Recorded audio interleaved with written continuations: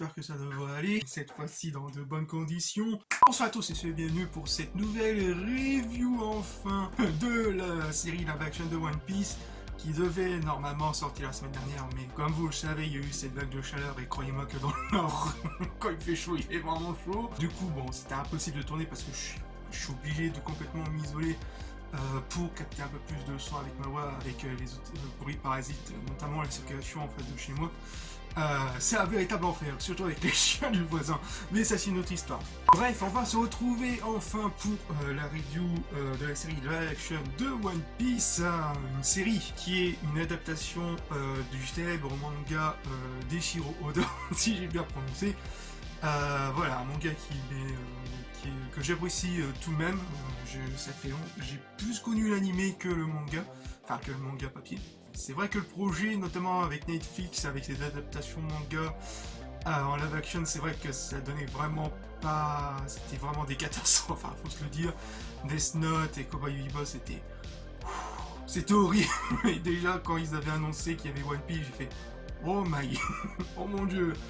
Et sachant aussi que Eiichiro Oda, le créateur du manga, enfin le mangaka, j'allais chercher le mot, voilà, c'est le mangaka qui est tout de même intervenu pour faire pas mal de reshoot, pas mal de réécriture de script, etc. Bref, c'était à la fois rassurant et pas rassurant du tout. C'est une demande. Qu'est-ce qui s'est passé avec les scénaristes pour que ça ressent autant le bordel? C'est vrai que c'était vraiment... Il y avait les trailers qui ont passé. Le premier trailer m'avait plus ou moins un peu surpris. Je me suis dit pourquoi pas. Après, les autres trailers m'ont un peu refroidi. J'étais un peu sur le doute. Et force est de constater que oui, c'est un véritable miracle. Hein, mais qui ne tient vraiment que à 2-3 trucs. Surtout au niveau technique, c'est... Je verrai ça plus tard, j'ai mis tout de même mes notes juste à côté, mais même en essayant de finaliser avec mes notes, avec l'écriture, etc., au final c'est fini comme une liste de courses, des trucs à dire, parce que je rebondis parfois sur pas mal de temps, notamment les points négatifs de la chose, parce que il y en a pas mal, faut se l'avouer, hein. C'est pas vraiment une série vraiment parfaite, on va dire que, comme je l'ai dit à un instant, c'est vraiment du miracle, mais qui ne tient vraiment sur pas grand chose. On va dire son plus gros point positif, c'est au niveau de sa construction narrative. En gros, pour l'histoire, pour tous ceux qui connaissent pas vraiment One Piece, pour simplifier la chose, même si l'histoire reste même assez simplifiée, qui part sur de bonnes assez simples, donc c'est l'histoire de Luffy, qui rêve de devenir le roi des pirates, et qui a un but précis de retrouver le One Piece, qui est le trésor de Gold Roger, un célèbre pirate qui, juste avant de s'exécuter, a souhaité qu'il avait dit qu'il avait caché son butin dans le grand océan de la Grande Line avant de se faire exécuter, etc. Et du coup, pour devenir le roi des pirates, il faut retrouver son One Piece, et Luffy, un jeune aventurier, un jeune pirate, va partir à l'aventure, et au fur et à mesure des épisodes, au fur et à mesure, si je compare avec le manga, l'animé, au fur et à mesure des épisodes de tout son arc d'aventure, il va croiser pas mal de gens, il va croiser pas mal de personnages qui vont soit venir dans son équipage, puis ainsi de suite, il va agrandir son équipage, et puis essayer de retrouver ce fameux One Piece dans cette grande océan qui est Grand Line. Alors, niveau construction narrative, étonnamment, ça tient vraiment la route. Les passages avec les flashbacks fonctionnent plutôt bien et correspondent très bien à une situation, même si dans l'épisode 3 et globalement les épisodes 3 et 4 sont vraiment le coup de mou, le frein au niveau du rythme de l'histoire. Il y a pas mal d'éléments qui plombent vraiment l'histoire, notamment concernant Usopp qui au final finit en tant que figurant et gros boulet, alors qu'au pareil dans le manga, Usopp est tout de même certes un peu le boulet, un peu qui est vraiment un menteur, qui comment on peut dire ça, qui cache tout de même aussi en profond de lui un grand courage qui va être notamment enflammé par Luffy, qui va prendre tout de même son courage à deux mains et affronter de telles situations. Là, ça arrive vraiment trop tardivement. Enfin bref, il y a vraiment plein de choses qui ne vont pas dans ces deux épisodes-là, alors que pourtant les deux premiers épisodes, notamment le tout premier ouais, le tout premier, avait plutôt très bien réussi à monter un peu la pente et à montrer de quoi la série devait être capable. Mais ouais, au niveau construction narrative, même si parfois il y a quelques flashbacks qui correspondent pas vraiment trop au délire, notamment le flashback avec Zoro, où il ne devait pas abandonner, etc. Ça aurait été un peu plus non pas de chance, un peu plus de sens quand Zoro allait affronter Mihawk bien plus tard. Ça aurait été un peu plus cohérent. Mais ouais, niveau construction narrative, il y a tellement de choses à dire. Il y a tout de même pas mal de petites histoires. Je suis en train de relire le manga. Et ouais, il y a notamment la partie d'Issou, d'Isblue. Ouais, il y a pas mal d'éléments, des petites histoires d'entre la gauche pour enrichir un peu le récit. Il y a tellement de choses à parler que là, ils ont réussi on va dire, à raccourcir, à faire les grandes lignes de tout cet arc d'Isblue. Il faut savoir que dans le manga, il y a plusieurs arcs narratifs, et le premier, c'est Isblue. Et ils ont réussi tout de même à regrouper vraiment, même si ça évite tout de même quelques petites intrigues, notamment, il n'y avait pas la petite histoire avec le mec, avec son coffre qui est coincé dans son coffre au trésor, etc. Ça, bon, ça aurait pu rajouter un petit plus, mais tout ça regroupé en 8 épisodes d'1 heure, en vrai ça passe. Ils ont réussi à bien gérer le truc. C'était sans doute avec pas mal de reshoot et d'écriture avec Eiichiro Oda. Tant mieux d'ailleurs. Mais malheureusement, il y a l'aspect un peu négatif, surtout au niveau de la réalisation où niveau réalisation, oh la vache, on va dire qu'il y a ce système de focus, donc il y a le plan de la caméra, et ça se concentre uniquement sur le visage de la personne, ce qui va déformer un peu une partie du décor à l'arrière. Donc parfois ça donne quelques plans assez intéressants, notamment Gold Rogers. Au niveau de tous les plans avec Gold Rogers, c'est assez intéressant pour montrer la folie, mais aussi que le mec n'avait plus besoin de vivre, il a tout vécu, il a vécu sa meilleure vie, etc. C'était assez intéressant. Il y a quelques plans qui font un peu penser à l'animé, avec le bateau de Luffy, etc., qui fonctionnent assez bien.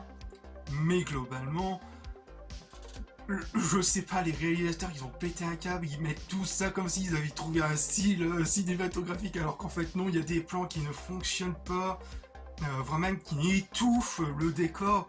Il y avait un décor sur, notamment je crois que c'était vers l'épisode 4 Non, je sais plus.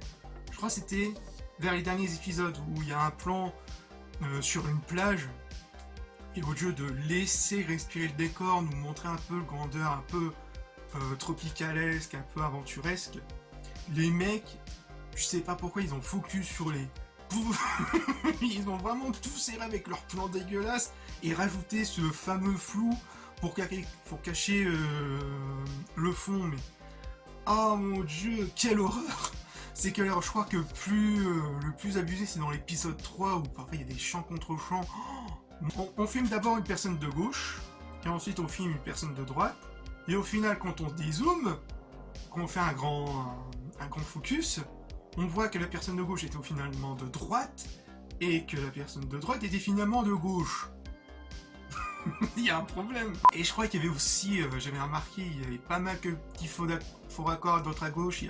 C'est vraiment, là, au niveau de la réal, c'est vraiment une catastrophe. Par moment, c'est le mec, enfin, où les mecs, ils ont pété des plombs, enfin, je sais pas, ils sont crus vraiment dans avoir trouvé un style de genre, mais non les gars, n'abusez pas, laissez les décors respirer, voilà, laissez les plans, etc. Alors oui, il y a quelques plans, mais ça reste des plans de diaporama, d'introduction, oui, ça c'est joli, etc.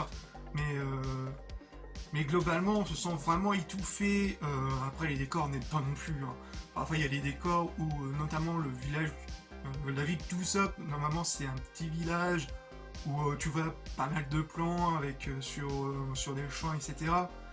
Avec une forêt. Où même dans le village, on avait tout de même de grands espaces, etc. Bah là, c'est tout regroupé, vraiment comme une petite ville, etc. C'est vraiment étouffant. et surtout avec la réal, avec ce fameux focus qui n'aide pas beaucoup. Et voilà, franchement, il y a aussi cette répétitivité au niveau de la réalisation, au niveau des combats, où à chaque fois ça fait 360, cut, 360, sinon c'est cut, 360, cut, 360. Bon, au bout d'un moment, c'est un peu saoulant. Si vraiment je rejoins, je sais plus si c'était Mirage, je crois que c'était Mirage.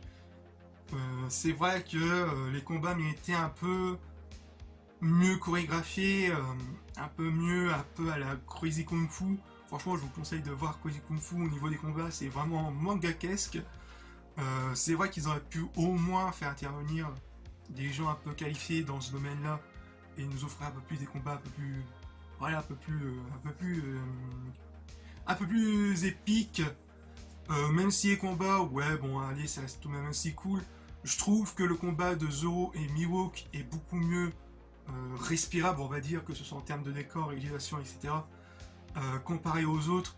C'est vrai que le combat à la fin, le combat final, c'est vrai que tu te sens même que ça se passe dans une piscine, chez un gars comme ça. Il n'y a pas vraiment cette sensation de grandeur aussi dans les combats, c'est un peu dommage. Ouais, concernant les personnages aussi, il y a le personnage de Nami, où là ils ont fait différemment. Là on trouve une Nami un peu plus froide, un peu plus, parfois un peu anarchiste, avec des discours un peu waouh, tous les riches et des connards, etc. What the fuck. Alors que comparé dans le manga et l'animé, Nami c'était beaucoup plus une fille un peu plus joyeuse, elle montrait un masque un peu plus joyeux, mais qui cachait derrière une profonde tristesse en rapport avec son passé et son village, etc. Et ouais, non, c'est un peu bizarre, c'est vraiment un peu froid. Comparé à Zoro, contrairement à Zoro, c'est vrai que Zoro avait aussi ce petit côté un peu amusant, etc. Enfin, un peu joyeux. Là, je trouve que ça fonctionne plutôt bien, ce petit côté un peu sérieux et un peu réaliste de la chose. Personnage vraiment un peu... Et puis sa relation avec Sanji, on retrouve un peu ces petites sensations de rivalité, etc. qui fonctionnent assez bien, qui est plutôt réussi. C'est dommage qu'on voit pas vraiment l'intrigue avec... comment il s'appelait, le capitaine Craig. C'est vrai qu'on le voit vite fait se faire démouiller en 2 secondes. Mais voilà, c'est un peu dommage, ça aurait pu au moins rester les liens avec Sanji et Luffy. Et concernant bien sûr le personnage de Luffy, en vrai, au niveau de l'acting, ouais non, franchement, ça correspond très bien au personnage. L'écriture, tout son personnage, tout était bien placé, tout est assez bien construit pour qu'on s'y attache, etc. Il n'y a aucun problème. Après, au niveau des effets spéciaux, on va dire que... Pour moi, ça passe. J'ai vu pire, mais ça passe. Il y a des... Même si les bandes annonces faisaient un peu peur, enfin, c'est comme je l'ai dit, la deuxième bande annonce avec un peu plus d'effets spéciaux, mais un peu plus de crainte, et au final, en voyant le reste, ouais, non, ça fonctionne plutôt bien, les effets spéciaux sont plutôt corrects. Il y a aussi une très bonne BO, je crois que c'était avec les compositeurs qui ont fait la musique de The Witcher, qui est aussi très très bonne. Bon après le reste de la série c'est autre chose, mais une très très bonne BO, notamment pour moi mon petit coup de cœur c'est bien sûr la musique de la toute fin du dernier épisode.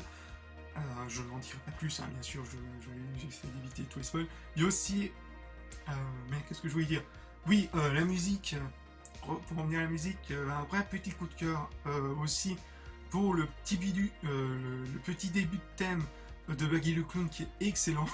J'ai bien aimé le petit thème de Baggy le Clown, et je crois que c'était Kuro avec Kuro, le petit thème un peu boum, boum, qui est assez cool, une très très bonne BO. Même si bien sûr ça, voilà, c'est comparé aux autres BO de l'animé, c'est bon, il manque aussi cette petite touche d'aventuresque, mais ça reste une très très bonne BO. Ouais, voilà. Donc, est-ce qu'on est dans une adaptation parfaite? Non, pas vraiment. On va dire que, comme je l'ai dit en début d'intro, en début de vidéo, ça tient du miracle, notamment au niveau narratif, où ils ont réussi au moins à construire quelque chose de correct, même si en termes de combat, de réalisation, surtout en termes de réalisation, ça reste tout de même à voir. Il faut vraiment corriger là-dessus et je pense que la saison 2 va corriger, j'espère, là-dessus. Puis étonnamment surpris alors que d'habitude je suis un peu aigri. Voilà, donc rassurez-vous, on va parler d'Ahsoka. On va en parler, mais voilà. Je pense que j'ai tout dit. Normalement, au niveau de mes notes, j'ai tout corrigé, etc. Donc, n'hésitez pas à liker, commenter et partager et à vous abonner si le contenu de la chaîne vous plaît. Et on se retrouve pour de futures vidéos. Peace!